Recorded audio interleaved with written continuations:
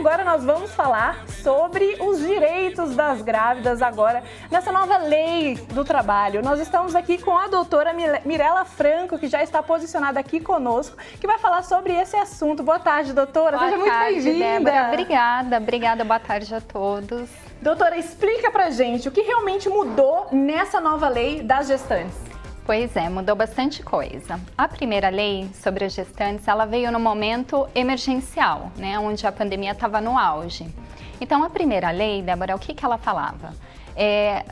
Afastem as gestantes para preservar a saúde das gestantes e principalmente a saúde do feto, sem prejuízo da sua remuneração, obviamente, e caso a atividade daquela gestante fosse compatível com o trabalho remoto, tudo bem, ela poderia continuar sem problema algum. Se não fosse compatível, não continuaria, porém permaneceria em casa com sua remuneração de forma integral. Essa nova lei, o que ela trouxe? Ela trouxe alguns dispositivos regrando o retorno presencial dessas gestantes, falando em que momento que elas podem voltar a trabalhar. Essas seriam as novas exigências, não é mesmo? As condições impostas. Uau. E são 3 pontos, 3 condições. O final do estado pandêmico, que é o sonho de todo mundo. Sonho, né?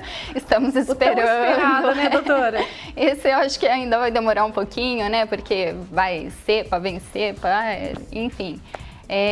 A segunda situação seria um ciclo vacinal completo, tá? Que é um ponto também muito importante, porque esse ciclo vacinal, ele tem que ser o ciclo determinado pelo Ministério da Saúde. Sim.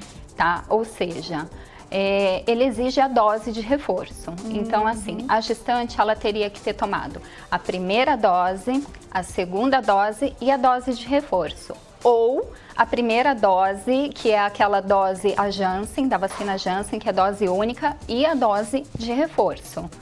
E a terceira situação, ela pode voltar a trabalhar desde que ela assine um termo de responsabilidade. Porém, esse ponto, ele vai ser ainda bastante discutido no judiciário. Entendi. Tá. Então, por exemplo, caso a gestante se recuse a vacinar, ela tem que assinar um termo, é isso? Ela tem que assinar um termo, só que qual que é o problema, Débora? Em 2020, lá no finalzinho de 2020, a nossa corte maior... Foi o primeiro ano, né, da pandemia. No primeiro final ano, de ano da pandemia. Exatamente. O Supremo Tribunal Federal, ele já se posicionou quanto à obrigatoriedade da vacinação. Então, o que o Supremo falou? Olha, nenhum direito individual pode se sobrepor ao direito coletivo. Ou seja, as pessoas, elas devem tomar muito cuidado para não invadir o direito alheio.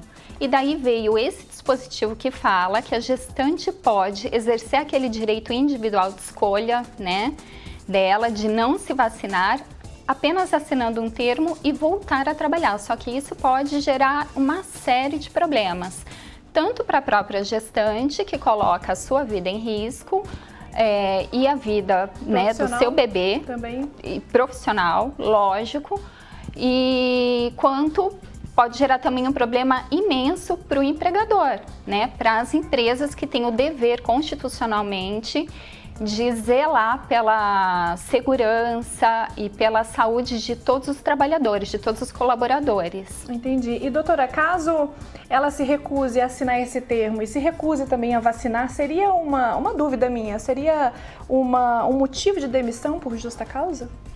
Pois é, boa pergunta. Pode acontecer, pode acontecer.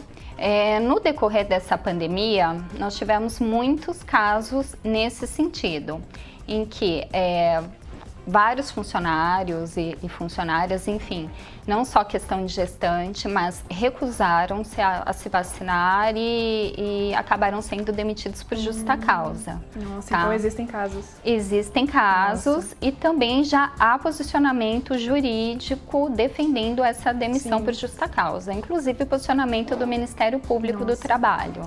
E doutora, se a funcionária, ela é obrigada a comunicar à empresa que ela está grávida? a nova lei não traz nenhum dispositivo nesse sentido.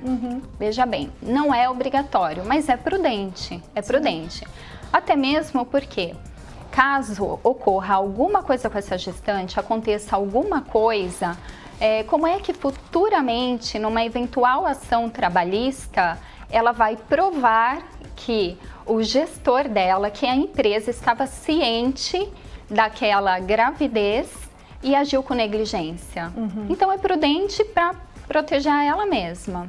Entendi. E doutora, o que acontece com a empresa caso não afaste a gestante? Olha, a legislação também foi omissa nesse caso, não trouxe nenhum tipo de punição. Mas a gestante certamente ela pode ingressar na Justiça do Trabalho e pedir esse afastamento imediatamente. Entendi. Doutora, qual seria a carga horária da gestante hoje no trabalho? A legislação também não falou, tá? Então, assim, não houve nenhum tipo de mudança nesse sentido. Nesse sentido não, de carga horária? Não, então ela continua através da CLT, a carga horária imposta pela CLT. É claro que, assim, há casos e casos.